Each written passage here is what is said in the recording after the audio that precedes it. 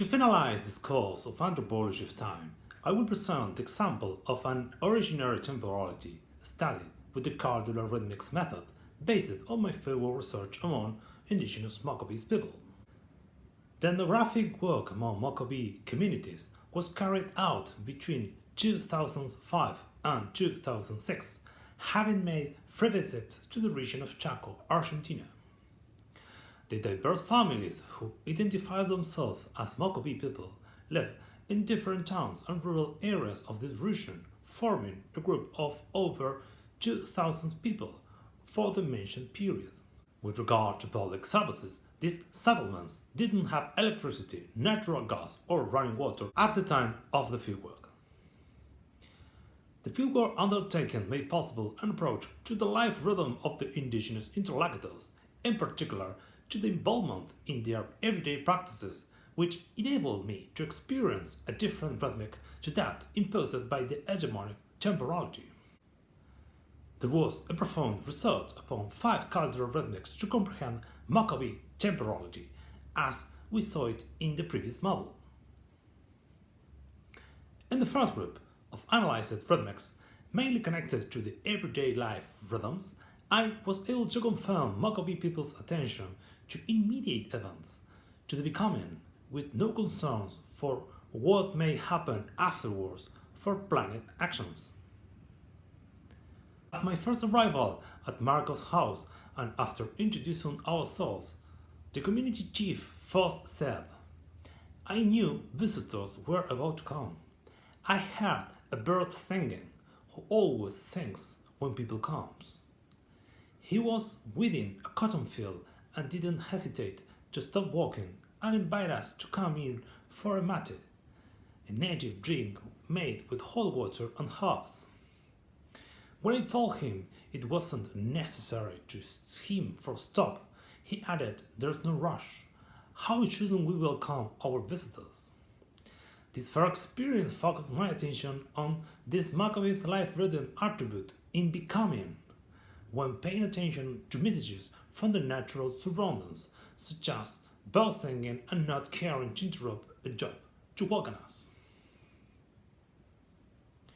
An attitude that reveals a spontaneous rhythmic thanks to which he is able to adapt to a change in his everyday life without appealing to postponements.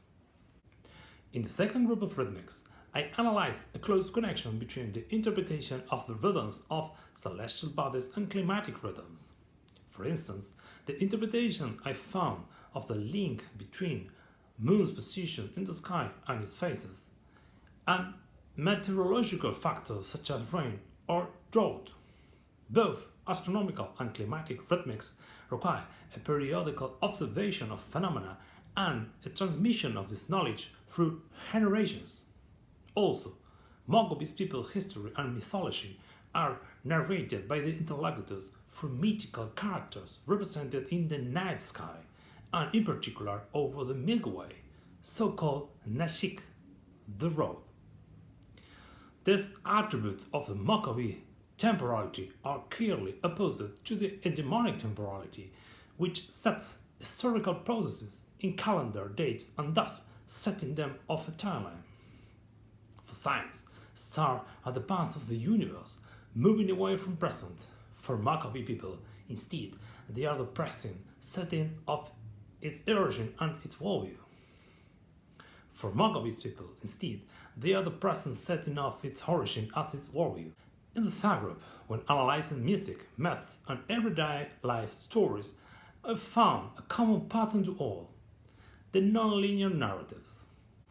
In various circumstances during the interviews, usually Marcos or his brother Francisco, when telling a real experience in their lives, they inserted oniric or mythological facts or visions of the future.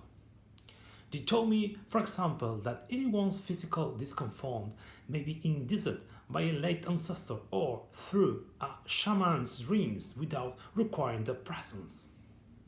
That is to say, that they sounded fictitious to me for not conceiving such discontinuity of facts that may be otherwise chronological, thus logically ordered in measurable sequences, be in hours, days or years.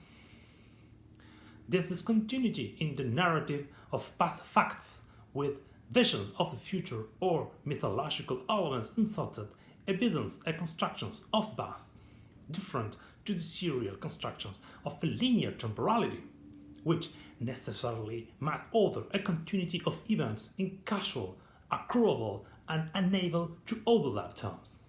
In the fourth group of rhythmics, I analyzed rhythms of politics and labor. In electoral periods, the search for indigenous voters by local politicians showed me another rhythmic, characteristic of the hegemonic temporality. Visiting them periodically for bringing them food and making sure they will be voting for them. This dynamics is sustained on the basis of a sense of permanence, appropriation, and projections of the becoming, all constitutive qualities of the present mechanics of politics in Argentina.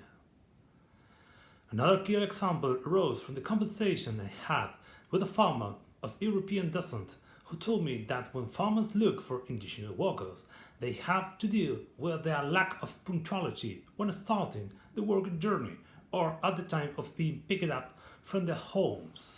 He said, "It's incredible they are not interested in working longer or having a continuity in their jobs. You never know if they are going to be at home when picking them up or if they just left to pay a visit to a relative. It happened to me to find them sleeping in the middle of the field when the job's supposed to have been finished by them. They follow their rhythm. They do it when it's fine for them. Anyway, they do the job finally." Or when you ask them about the amount of time to be spent on working in a field and they say half an hour. And after 2 hours you come back and they not even switch on the machine. They don't have any reference to the time passed. This story clearly points out the tension between the farmer's hegemonic temporality, cadenced by market processes and the estimated schedule of the work routine, and the originary temporality marked by internal rhythms of the group, such as the will to work, a true need for money that every day, a visit to relatives, and by an absence of schedules to put in order its behavior facing the fact of having to produce in order to eat. In the last group, I acknowledge the process of urban and virtual rhythmics. The former were evidenced in the discourse of the indigenous people who move out to town and who after some years find contradictions in the irregular and scheduled life of the non-urbanized indigenous people. It is all for them to realize that prior to their move to town, they had life rhythms adapted to natural rhythms, like going to bed at sunset, now the sun being replaced by electric light. Meanwhile, virtual rhythms filter from mass media, such as the marking of the start of each hour on the radio in synchrony with the global time zones, or the possibility to communicate at any time with mobile phones. The introduction of rhythms external to the immediate context builds a notion of multi-temporality that contributes to conceive the multiplication of overlapped activities. This feature is typically of the multitask production of capitalism that aims to maximize profits, disregarding the social and environmental sustainability of such economic purpose. The result of this ethnographic process enables us to understand that the social, economic, and worldview organization of the Mocovi groups may be interpreted from the different cultural rhythmics that make possible to acknowledge both temporalities. Furthermore, the ethnographic experience, the result of this ethnographic process enables us to understand that the social, economic, and worldview organization of the Mocovi groups may be interpreted from the different cultural rhythmics that make possible to acknowledge both temporalities. Furthermore, the ethnographic experience enables us to recognize that a coexistence of a Mocovi temporality and a hegemonic one is given. For example, there are 4 instances that make possible to identify these everyday situations in which this coexistence between both temporality was given. First, the lack of interest for routine and projective work, along with the involvement in rural works at the same time. Second, then concern for the observance of municipal and bureaucratic procedures in general, along its use for personal purposes and the management of sub-rhythms. Third, the attention to daily natural rhythms and the contemplation of their changes, even when they are involved in work activities marked by productive or virtual rhythms. And fourth, developing of historic and mythical narratives along with everyday personal experiences. In the first and second examples, the coexistence is expressed in the inevitable condition of the hegemonic temporality as social ordering of production, and the Mocovi temporality from the disinterest and unconcern for progressively observing these rules of work. In the third example, the attention to sun, moon, animals and plants rhythms is always present, and this can be read in parallel to any other activity. In the fourth example, another temporality coexisting among the Mocovi people emerged, the mythological temporality, that is, the one which expresses the internal logic of myths and that has a character of originary temporality, since it doesn't respond to the linear logic typical of the hegemonic one. So, this is possible to conceive the coexistence of paths present simultaneously in synchrony. By being in the woods with the indigenous people, this coexistence of temporalities is understood when it is realized that their attention is focused on the instant they live, but not in the process of working such continuous time for earning such money that the cumulative productions present to them, even though they reproduce it. Having said that, what does their attention to the instant but not to the process to the duration imply? This implies that their life rhythms are in connection with an experience of the everyday and immediate reality, and not with an experience of appropriation and stopping of becoming for its control, as the Western capitalist life rhythm presents and put it into practice. This implies that their life rhythms are in connection with an experience of the everyday and immediate reality, and not with an experience of appropriation and stopping of becoming for its control. There are temporalities, as the Mocovi one, that enable us to challenge and to reconsider the hegemonic temporality that rules the scientific thinking and that generates the models on which the current knowledge of mankind is built. This indigenous temporality, as many others in the world, are an example that it's possible to study the construction of temporalities within any social group. The importance of understanding cultural diversity in terms of temporality and rhythmics resides in the possibility to have access to the life rhythms of people and denaturalizing an own temporality as the possible one. Mocovi people, for all what has been gathered in the field and in their rhythmics of life, are an example and a proof that the hegemonic temporality is not the only way for conceiving time, and besides, it enables us to postulate the existence of an originary temporality of a group that characterize its way and rhythms of life. Therefore, this temporality is an intangible cultural resource for the consideration, constitution and protection of the Mocovi identity.